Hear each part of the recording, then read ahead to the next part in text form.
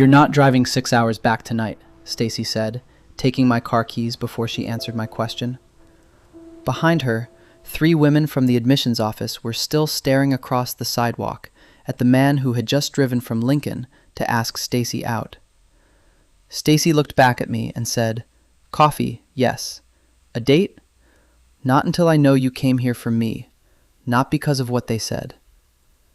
We were standing outside the community college in the sandhills of Nebraska. My dark coupe was pulled along the curb behind me, highway dust still streaked across the lower panels. I was still in the gray t-shirt and dark jeans I'd driven in. Stacey had just come through the double glass doors in a white work blouse and dark jeans, her leather bag still on her shoulder. Her eyes were wide enough to tell me the surprise had landed. The set of her mouth told me surprise was not the same thing as permission. She hadn't dropped her bag.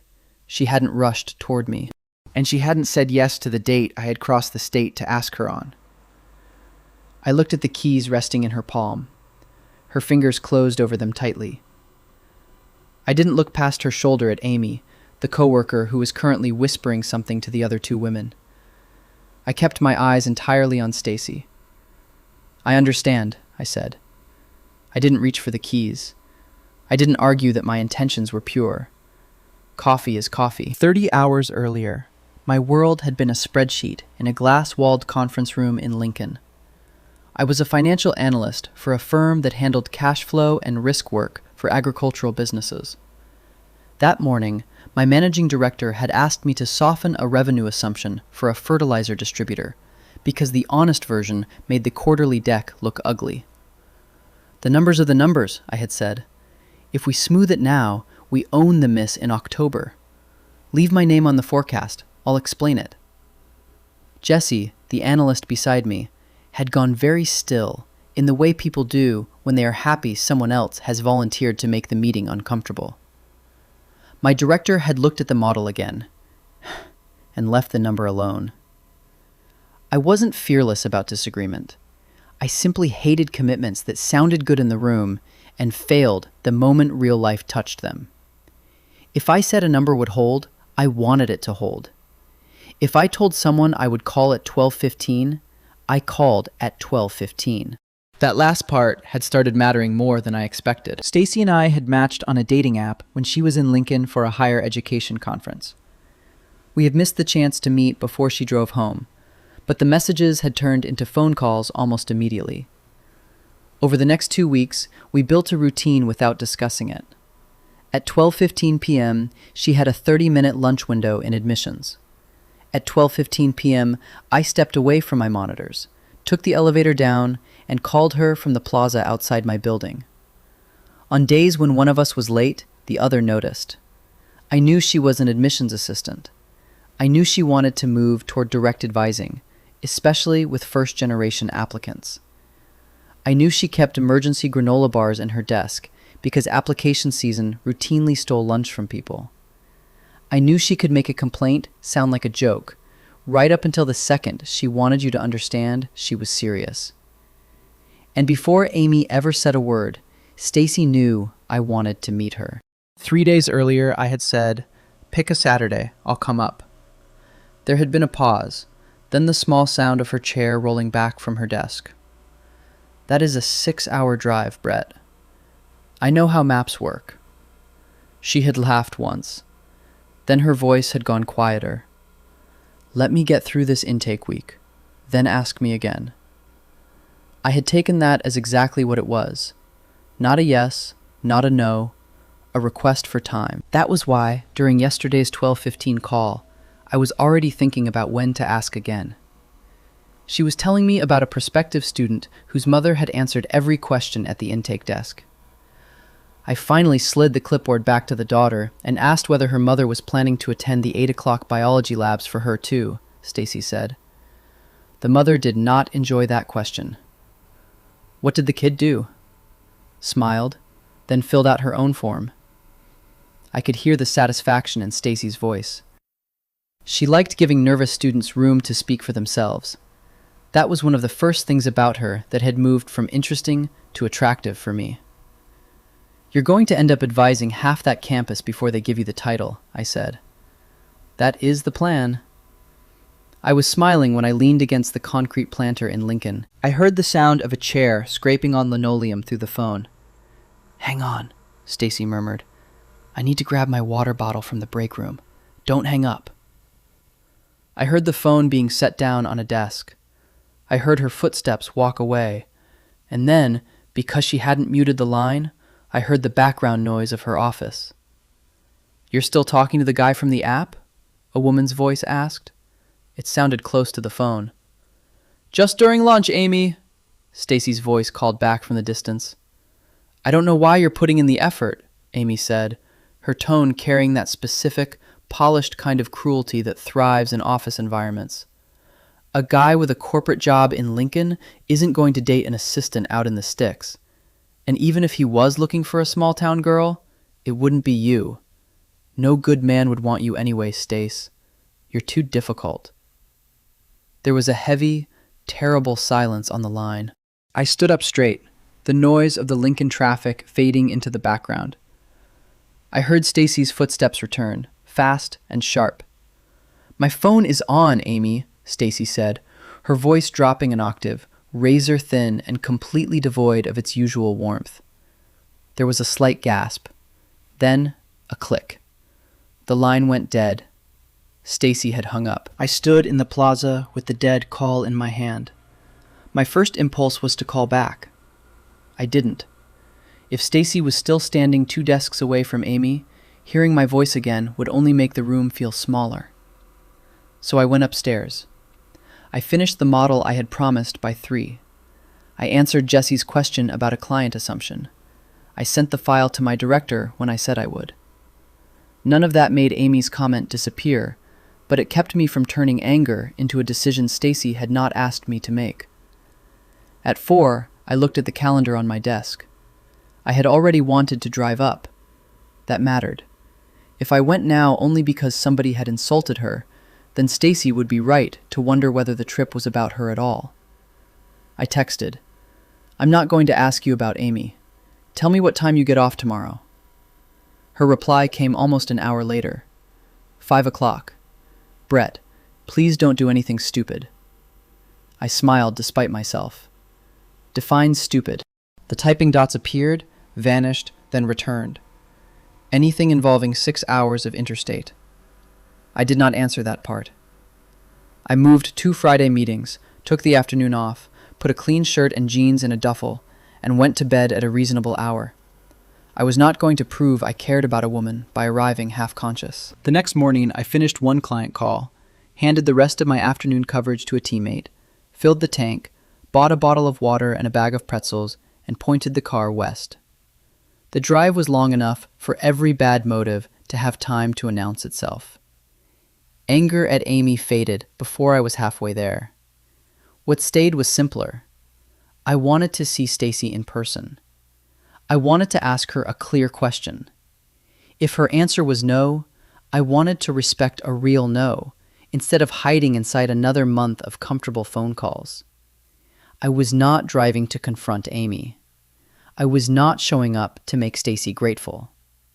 I was going because I wanted a date with Stacey Carlson, and I was finally willing to risk hearing that she did not want one with me. Which brought us back to the sidewalk, my keys in Stacey's hand, 3 coworkers behind her, and a conditional refusal I had no intention of arguing with.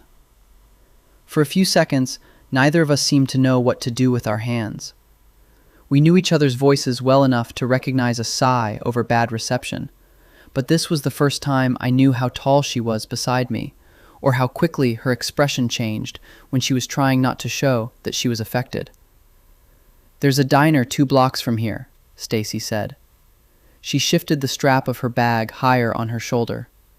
"We can walk. You shouldn't be driving again tonight. Your eyes are red." "Lead the way," I said. We turned and started walking down the pavement. I didn't glance back at the admissions building, but I could feel the weight of the stairs. "Stacey?" Amy's voice called out from the steps, a sudden, nervous pitch to it. Stacey didn't break her stride. She didn't turn around to flaunt the fact that the guy from the app had actually shown up. She just kept walking, her chin angled forward, her knuckles white around my key fob. We walked in silence for a full block. The late afternoon heat was baking the Nebraska concrete, the cicadas humming in the elms that lined the street. "You know," I said quietly, keeping my pace matched to hers, "this is the first time a woman has ever turned down a date with me and simultaneously confiscated my property." Stacey let out a breath that was half sigh, half laugh, the tension in her shoulders dropping a fraction of an inch.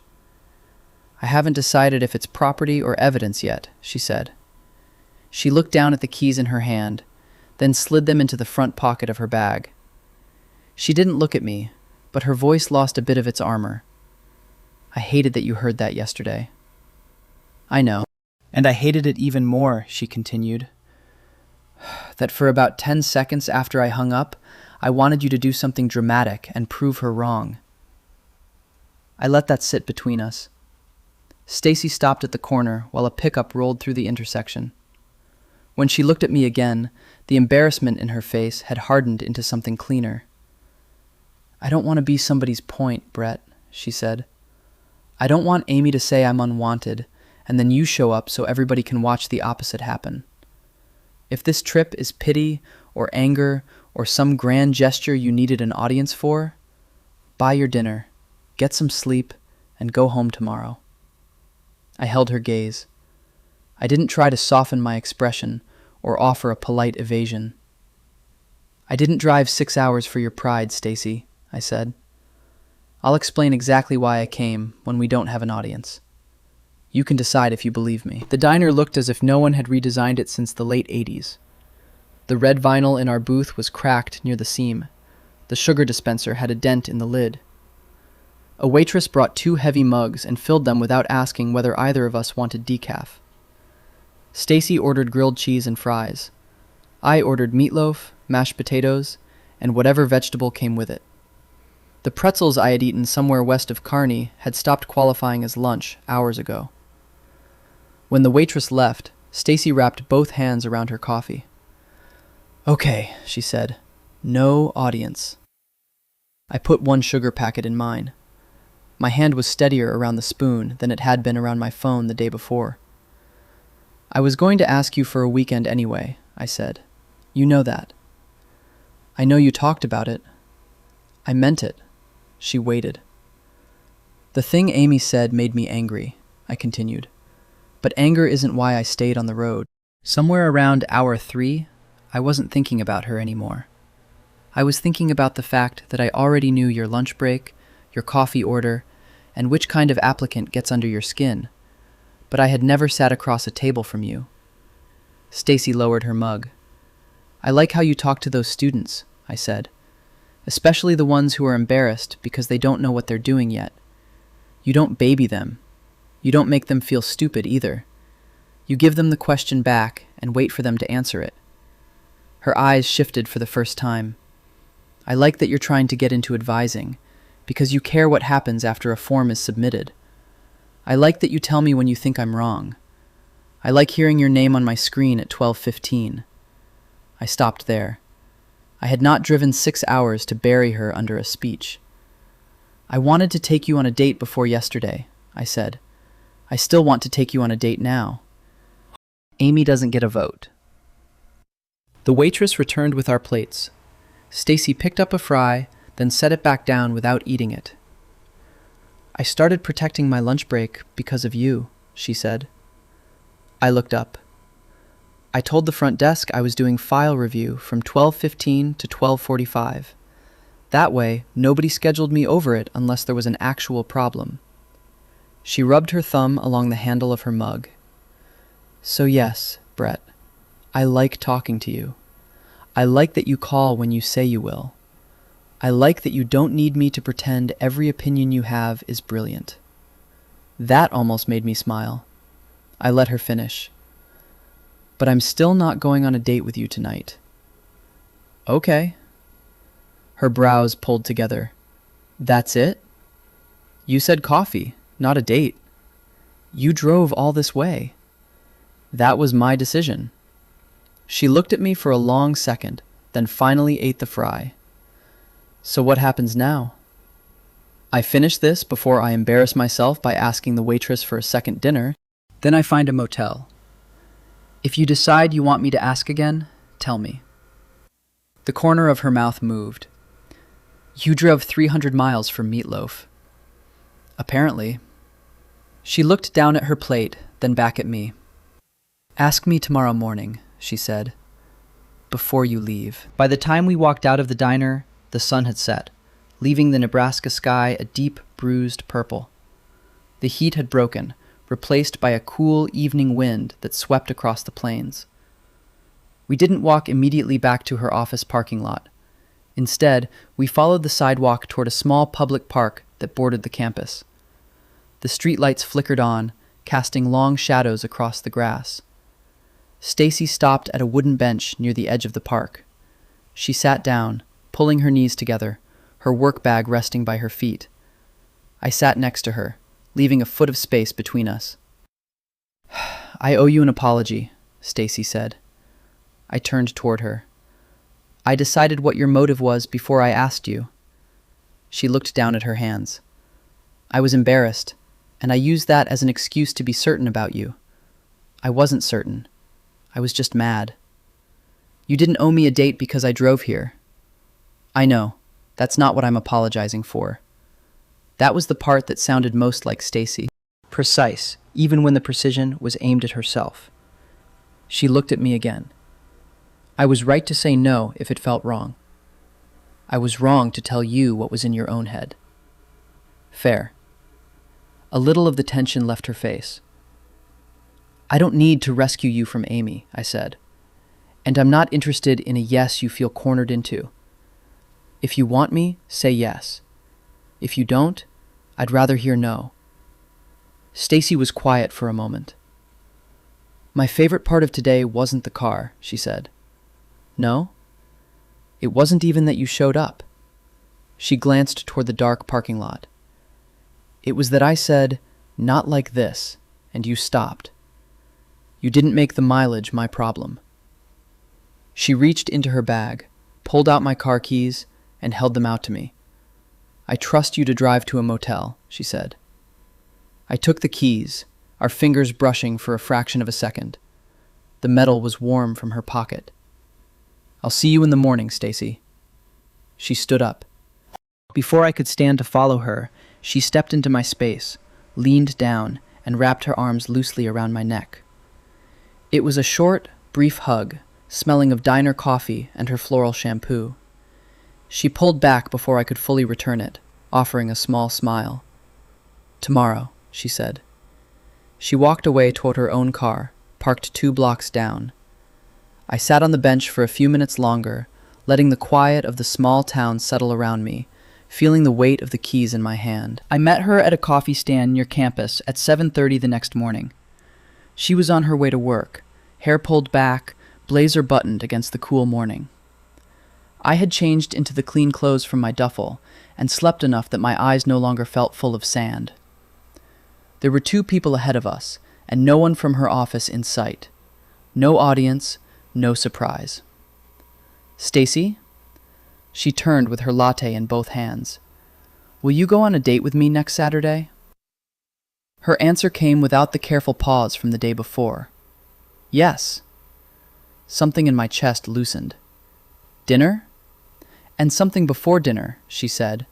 If you drive 6 hours, I'm not sitting across from you for 90 minutes and sending you back to a motel. All right. She took a sip of her latte. It is a yes, Brett. You can look pleased. That was the Stacey I had heard through my phone for 3 weeks. Only now I could see the smile she was failing to hide. The following Saturday, I drove back. This time, she was waiting for me, not being ambushed by me. We spent an hour at a small bookstore near the highway.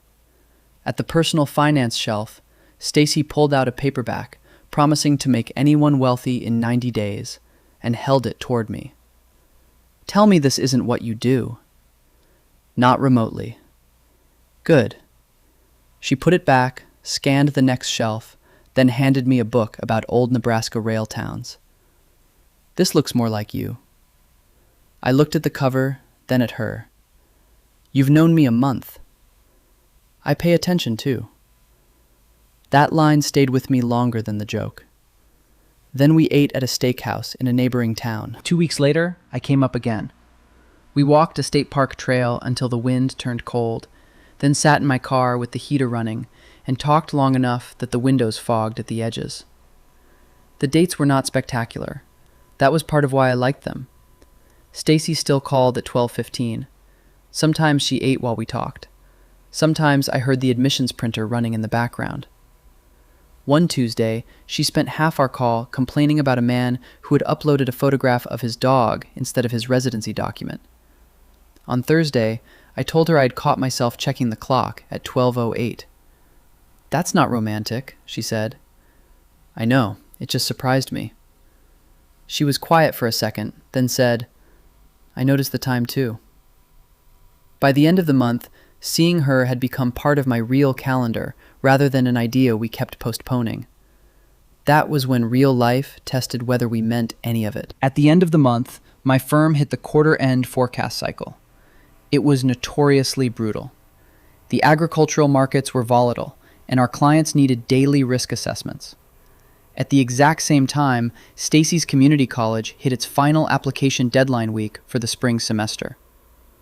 We had planned for me to come up on Friday night. By Thursday afternoon, my desk was buried in printouts, and my director had scheduled a mandatory review for Saturday morning. I called Stacey during her 12:15 window. I can't make it this weekend, I said as soon as she answered. I didn't try to sugarcoat it or offer a vague maybe. I have a mandatory Saturday morning review. If I drive up after, I won't get there until midnight, and I'll be useless to you on Sunday. There was a pause. I could hear paper moving on her end and someone speaking faintly beyond her office door. Right, Stacey said. Spreadsheets win. Got it. The words were sharp enough that I sat back. Stacey. I know. She exhaled before I could say anything else. No, that was cheap. I'm sorry. I waited. She continued, quieter. I cleared Sunday because I wanted to see you, and I got disappointed before my brain caught up. I wanted to see you too. I know. I could leave after the review, I said. I could tell you I'll be there by midnight. It would sound romantic for about 10 seconds. And then you'd be exhausted. And I'd spend half of Sunday checking market opens from your town. I don't want to promise you a version of me I can't actually deliver. I'd rather let her be disappointed with me now than arrive after midnight, exhausted, and turn the next day into something she had to manage. The line went quiet again. I miss you, she said. There was no joke under it. I miss you too. That is annoyingly reasonable. Still true. Another short pause. Then she asked, How long is it from Lincoln to North Platte? I glanced at the route on my second monitor. A little over 3 hours. About 3 from here, too, she said. Okay. What are you thinking? I don't know yet. Her voice had steadied. Go finish your forecast review, Brett. Stacey. What? Thank you for taking back the spreadsheet line. She sighed. Do not make me regret apologizing. I won't. We hung up with the weekend still uncertain, but not the relationship. That mattered more than I expected. On Saturday, I finished the review a little after noon. The forecast held. My director signed off, and the adrenaline that had kept me functional all week vanished the moment I reached the parking garage. My phone buzzed before I unlocked the car. I get off intake at 2 o'clock. I found a cafe outside North Platte. 3 hours each. If you're too tired, say so. If you still want to date, meet me there at 5:30. I read it twice. For the first month, I had been the one crossing the state. Stacey had never asked me to. I had simply assumed the travel belonged to me because I had started the pursuit. Her text was not repayment. It was an invitation. "I want the date," I wrote back. "I'll be there." I ate something before I left and sat in the car for 10 minutes with my eyes closed. Then I drove west. Stacey was already parked when I arrived. Instead of going straight inside, she was standing near the edge of a small recreation area behind the cafe, stretching one leg after the drive. "You made it," she said when she saw me. "So did you." She looked tired, in the same familiar, end-of-work-week way I probably did. No coworkers, no surprise, no one to impress. We walked for 15 minutes before dinner, mostly because both of us had been sitting all day. The wind moved through the dry grass, and for a while we talked about ordinary things. A student who had tried to pay an application fee in coins, a coworker's habit of stealing my good pens, whether Stacey's father would ever replace a truck he had been threatening to replace for 5 years. Then, near the cafe door, she stopped. "I wanted to see you on Wednesday," she said. I looked at her. "I wanted to see you Thursday, too. I was mad because the answer was, not because you were wrong." She adjusted the strap of her purse.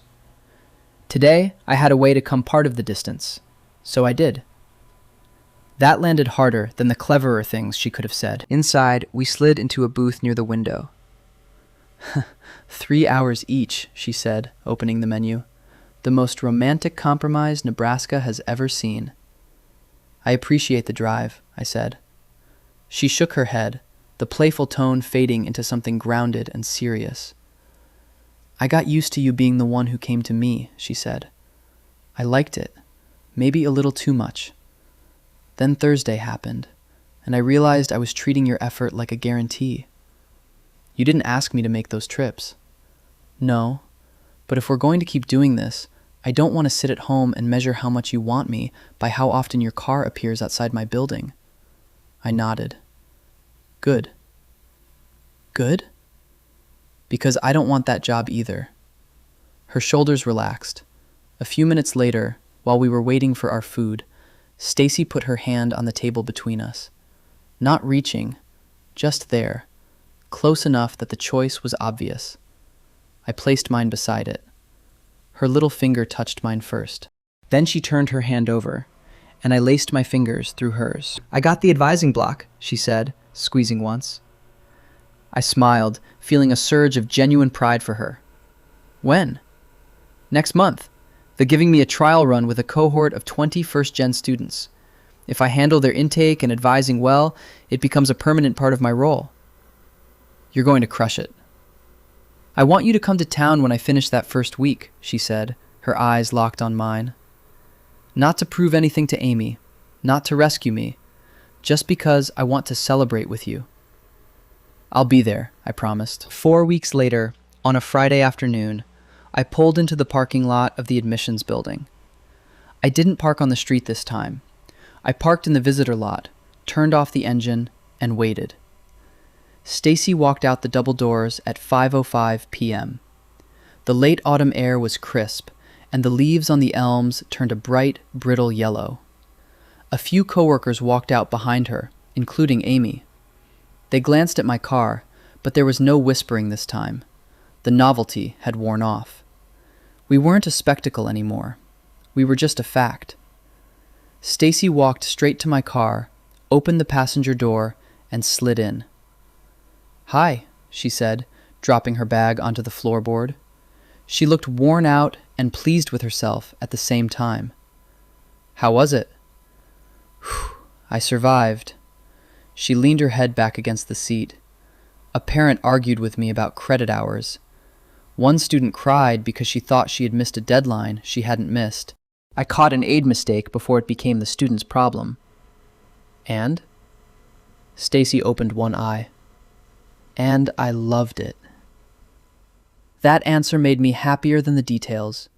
She had wanted that kind of work long before I met her. "Dinner?" "In a minute. Can we walk first?" We drove to a trail near the edge of town where the river curved behind a line of cottonwoods. The sun was low, the air cool enough that Stacey tucked her hands into the sleeves of her sweater.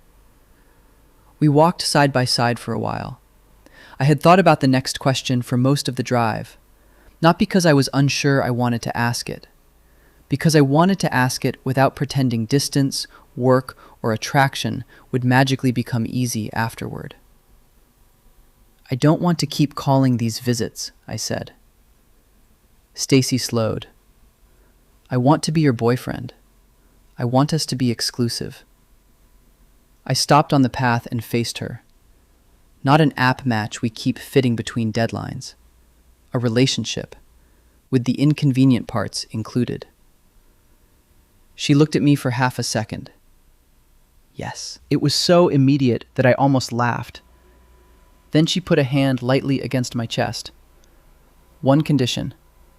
Of course. We stop acting like your car is responsible for the relationship. Her expression was serious, even though her thumb moved once against my shirt. One weekend you come here.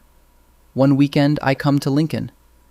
If work wrecks a weekend, we say we're disappointed and skip it. We don't turn it into a test. And we keep the 12:15 calls when we can. I nodded. I can do that. Good, she said. I want it to feel like a relationship, not a test we keep setting for each other.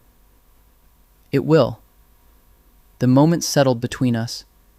I touched the side of her neck, slowly enough that she could move if she wanted to. She didn't.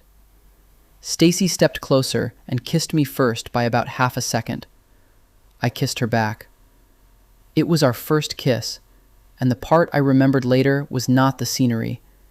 It was the fact that neither of us was trying to prove anything anymore. When we pulled apart, she stayed close. So, she said quietly, boyfriend, girlfriend. She smiled. Good. 2 months later, it was a Friday night in Lincoln. Our system had turned out to be less elegant than Stacey's first version of it. Some weekends moved. One disappeared completely when an ice storm made the highways stupid.